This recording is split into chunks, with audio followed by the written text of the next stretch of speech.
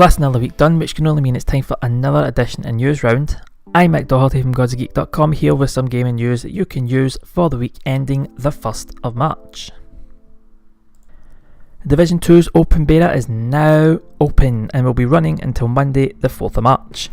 You get a chance to play 3 main missions, 1 endgame mission, plus some other stuff. And sticking with Division 2, there's another trailer showing off what you can expect from Year 1. And since Ubisoft have decided that Division 2 is definitely worth your time, there is a third trailer called Enter the Dark Zone, which I can only assume is about Enter the Dark Zone. And I'm sure there's some sort of joke in there somewhere. You'd think that would be all Division 2 news this week, but you'd be massively mistook. In another series of videos, you can find well-known hardman and ex-EastEnders resident Ross Kemp delivering stories from the game's Dark Zones. All these Division 2 trailers, videos, plus some more information can be found over on GTFO.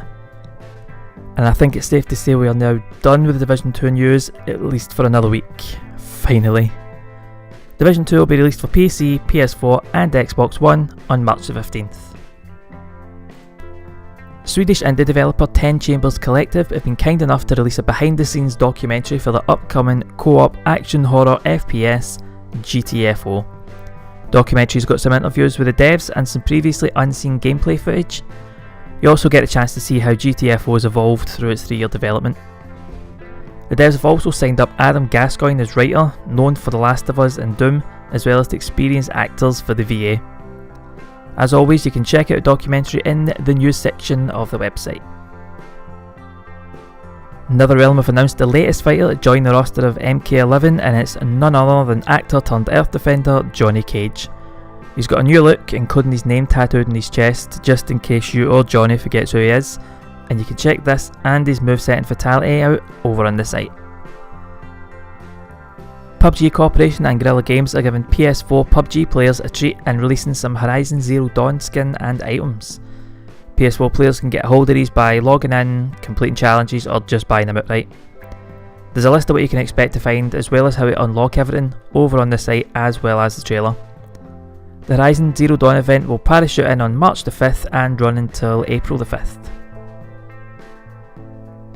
And probably the most exciting news of the week, Nintendo announced through the Pokémon Direct on Wednesday that new Pokémon games are on the way to the Switch.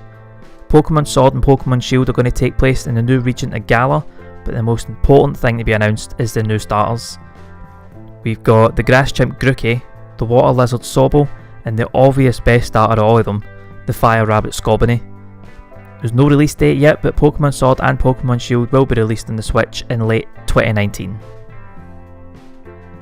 Well, another news round bites the dust and I am out of news to bring you.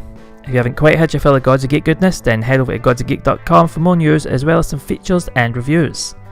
There's always a Patreon if you fancy getting your Gods of Geek fix a little earlier, which you can check out at patreon.com/godsofgeek.